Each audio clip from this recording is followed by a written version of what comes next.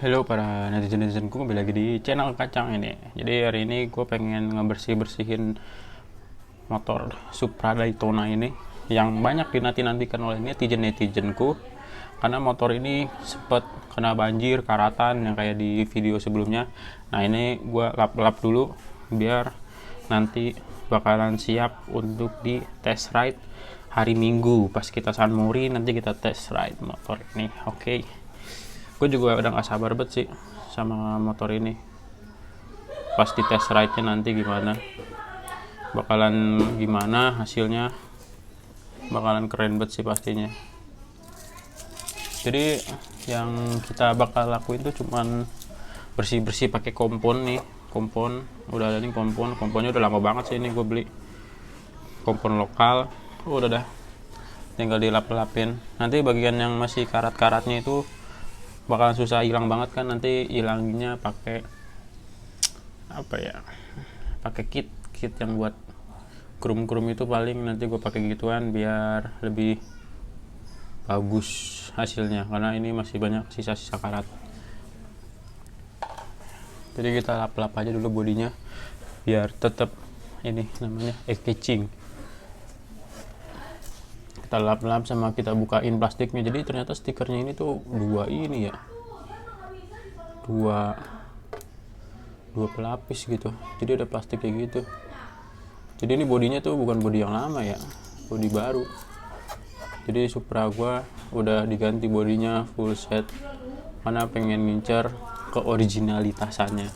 Jadi diganti udah semuanya, jadi yang baru bodinya. Cuman bodinya bukan yang original dari Honda, jadi KW nya dari Honda gitulah, made in mana gitu gua nggak tahu. Jadinya metode lebih getar daripada biasanya gitu. Nah jadi kenapa gue bikin konten ini, karena gue pengen bikin konten yang dimana progresnya itu jelas, yang dari awal kita ngebangun sampai kita ngebikin motor ini, terus sampai kena banjir, semuanya pokoknya pengen gue di bahasa kerennya ya, didokumentasiin di channel Kacang ini, progres sampai jadinya gitu. Dan yang gue bingung tuh, karburator ini enaknya tuh pakai apa ya digantinya ya. Ada yang punya masukan apa, misalnya pakai punyanya PE 28 apa PE 30 nya punya BRT. Jadi ini kapasitas mesinnya 190, jadi enaknya itu pakai apa ya, pakai yang 30 apa yang 28. Kalau feeling gue sih enaknya 30, cuman gue nggak tahu kalau 30 itu nanti terlalu overpower nggak buat dipakai baba-baba. Karena ini motornya jatuhnya nanti ke baba gue, bukan ke gue ya.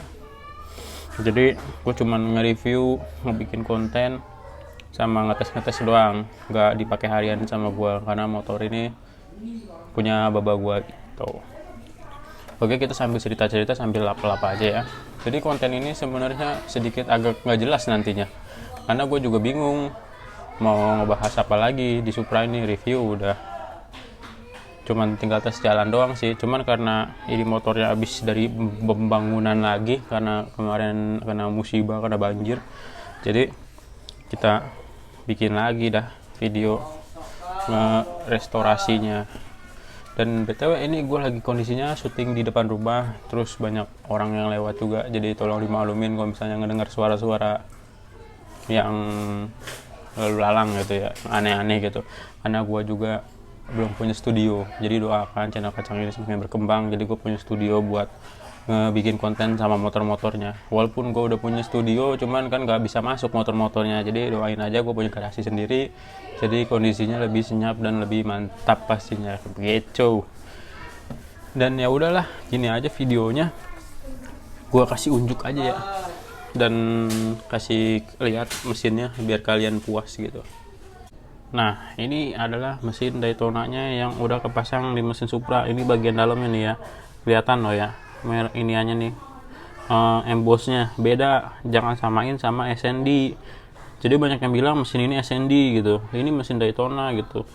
Gue bukannya nggak seneng dipanggil mesin SND gitu, cuman tolong dibedain mana SND mana Daytona, karena pada umumnya mesin ini emang beda. Kalau SND gitu ngambil yang dari namanya itu Zhongsheng, kalau nggak salah, karena dia kodenya ZS.